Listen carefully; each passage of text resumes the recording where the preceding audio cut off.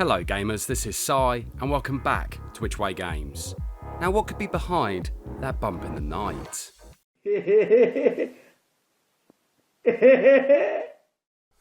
Well, that certainly explains a lot, and with that being said, let's get on with the video.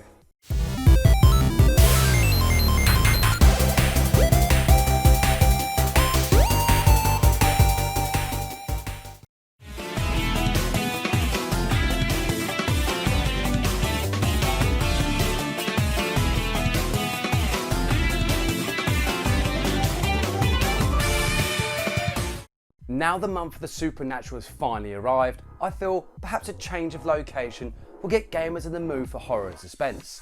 I'll see you shortly.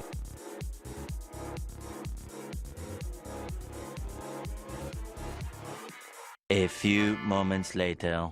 There, that's better. More benefiting for the month where the veil between the worlds becomes weaker and entities from beyond make themselves known. So let's get started.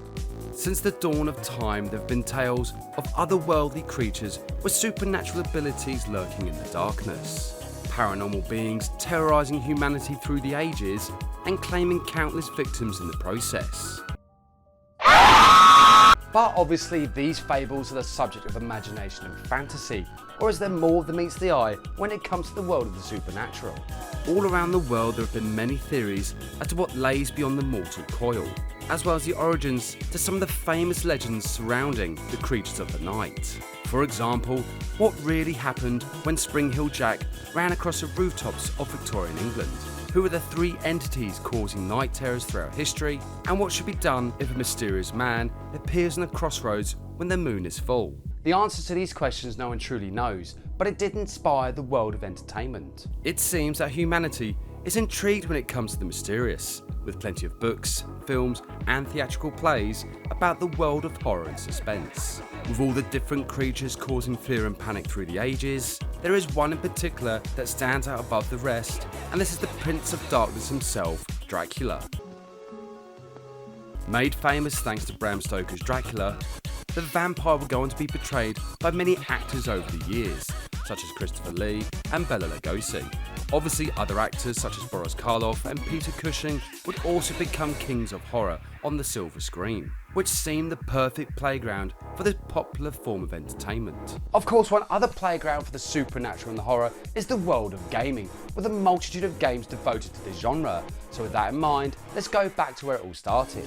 Back in the 80s, when horror films were all the rage, there would usually be a video game tie-in, such as Friday the 13th, with campers being terrorized by Jason Voorhees, or Nightmare on Elm Street, where Freddy Krueger would take out his revenge in the world of dreams. Obviously there is the legendary Castlevania series, which has the Belmont clan hunting down Count Dracula, but that's for another retrospective.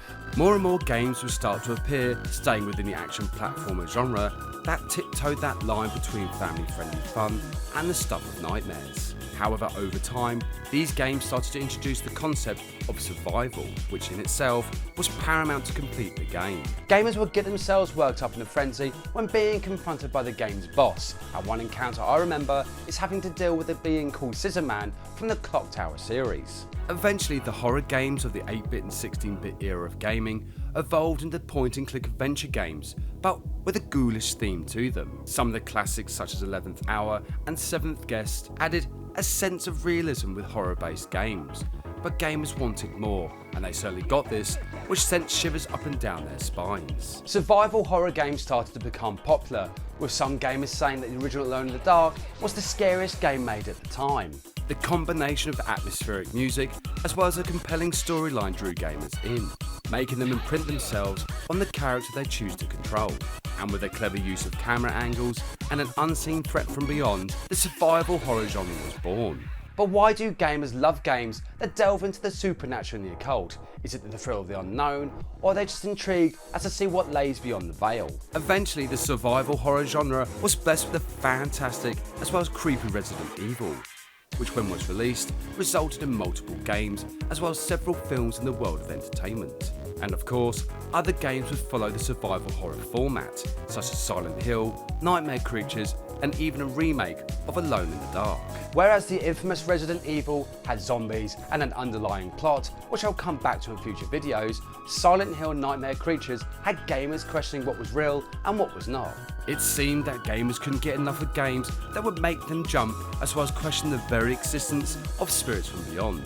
But of course, from the survival horror genre, other types of games featuring ghouls and demons began to appear. Some of these games would combine fantasy with horror, with classics such as Heretic and Blood, and the most influential game of all time, Doom. Having fast-paced action combined with slaughtering the minions of evil seemed to be what gamers craved, but that survival horror aspect of gaming would never be too far away. And over the course of a few years, the fast-paced action began to slow down, in favour of a more story-orientated horror game that would provide more than just a jump scare. Now, one game that had gamers that I know hiding behind their sofas was Outlast, which provided plenty of jump scares to keep gamers on their toes. Definitely one for the future. This style of gameplay, where gamers had to think and avoid creatures of the night at all costs, soon started to become the norm for survival horror games. But with the inclusion of puzzle elements and the threat of an impending doom only added to the fun. Each horror game tried to outdo the other with new innovations of gameplay, new concepts of game mechanics, as well as having a decent story that would create an atmosphere while playing. In fact, some famous authors had games created from their classic horror stories. For example, Clive Barker, who is known for the Hellraiser series and the fantastic Candyman. Over time, as gaming technology improved, so did horror games that went out their way to make sure gamers couldn't sleep easy that night. Some games even look back to the past at old TV shows, such as Twin Peaks. That was perhaps the inspiration for Deadly Premonition, an underrated game that gave gamers nightmares due to the twisted nature of the enemies. Other horror games even started to delve more into the world of the macabre and the occult, bringing to life some of the legends of mythology, as well as creating new and bizarre creatures. One, for example, is Slender Man, who some say was there when Pennywise the Clown first introduced itself to the children of Derry. Overall, when it comes to games that contain horror as well as the supernatural, gamers enjoy games that make them hide behind their sofas while providing a memorable but yet terrifying experience. That thrill of being chased by an unknown force or having to deal with the soul-stealing demons seemed to be what was needed to put gamers on edge. Maybe in time, as gaming technology progresses, gamers will get a game so scary and so terrifying that the world of gaming would be known as the best place for horror and the supernatural. What would be great is to have a VR experience, where the game would need to know what puts the strike of fear into gamers, and then learn as well as adapt to the gamer's playing style, playing on their fears to create that perfect horror gaming experience. Anyway, come back next time when we go beyond the stars to an ancient evil clouds the minds of men.